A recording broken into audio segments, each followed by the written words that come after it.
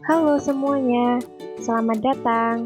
Kali ini kita akan belajar bersama-sama mengenai ragam bentang alam dan keterkaitannya dengan profesi masyarakat. Pada video kali ini, kita akan belajar mengenai pengertian bentang alam, jenis-jenis utama bentang alam, karakteristik bentang alam, mata pencaharian masyarakat, serta contoh ragam bentang alam. Sebelumnya, apakah kalian tahu apa itu bentang alam? Jadi, bentang alam merupakan pemandangan alam atau daerah dengan berbagai bentuk permukaan bumi, baik daratan maupun perairan. Perbedaan karakteristik ruang di setiap wilayah mempengaruhi kegiatan ekonomi, sosial, budaya, dan pola hidup masyarakat sekitar. Lalu, kira-kira bentang alam terdiri dari beberapa jenis ya. Secara umum, bentang alam terbagi menjadi 3 jenis, yakni dataran tinggi, dataran rendah, perairan. Dataran tinggi. Dataran tinggi merupakan wilayah daratan yang berada lebih dari 700 meter di atas permukaan laut. Wilayah ini terbentuk dari hasil erosi dan sedimentasi, seringkali memiliki tanah pegunungan dan berbukit-bukit. Dataran tinggi biasanya dimanfaatkan untuk pertanian, perkebunan, kehutanan, serta pariwisata. Karakteristik dataran tinggi: beriklim sejuk. Semakin tinggi suatu tempat, maka akan memiliki kesejukan udara yang semakin tinggi. Dapat dikatakan bahwa udara akan terasa semakin dingin. Pertanian dibuat terasiring. Terasiring merupakan tanah yang dibuat menyerupai tangga untuk mencegah terjadinya erosi, sehingga pertanian dapat terjaga dan tidak rusak. Udara kering. Meskipun memiliki iklim yang sejuk karena letaknya yang berada di ketinggian, tetapi dataran tinggi justru memiliki udara yang kering. Mata pencaharian masyarakat di dataran tinggi. Penduduk yang berada di pedesaan bekerja di perkebunan. Mereka menanam tanaman industri antara lain teh, kopi, pina, dan kakao. Selain itu, ada yang menanam sayuran dan bermacam-macam bunga, karena udaranya sejuk dan segar. Sedangkan untuk penduduk di wilayah perkotaan, banyak yang mendirikan usaha perhotelan dan tempat peristirahatan. Berikut beberapa contoh dataran tinggi yang ada di Indonesia, antara lain, yang pertama ada dataran tinggi Dieng, terletak di Kabupaten Wonosobo dan Banjarnegara. Yang kedua, ada dataran tinggi Tengger, terletak di daerah pegunungan Tengger, Bromo, dan Semeru di Provinsi Jawa Timur. Yang ketiga, dataran tinggi Kerinci, terletak di Provinsi Jambi. Selanjutnya ada dataran rendah. Dataran rendah merupakan wilayah daratan yang berada kurang dari 500 meter di atas permukaan laut. Daerah ini banyak dialiri sungai dan tanahnya subur, sehingga ideal untuk dijadikan lahan pertanian, peternakan, perikanan, dan berbagai kegiatan ekonomi lainnya. Karakteristik dataran rendah. Dataran rendah memiliki tanah yang subur. Akibat dari proses sedimentasi sungai, sehingga banyak masyarakat yang menempatinya.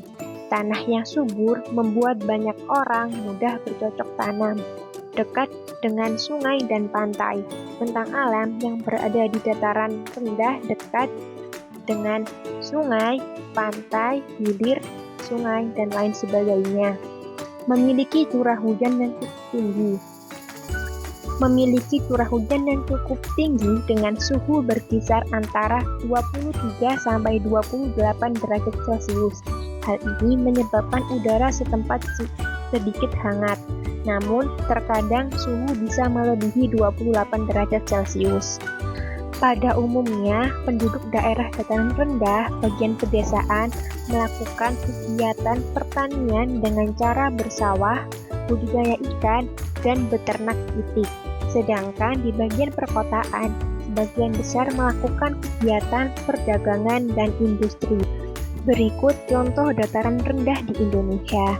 Yang pertama, dataran rendah Madiun. Dataran rendah di Provinsi Jawa Timur bagian barat yang memiliki luas 33,23 km persegi.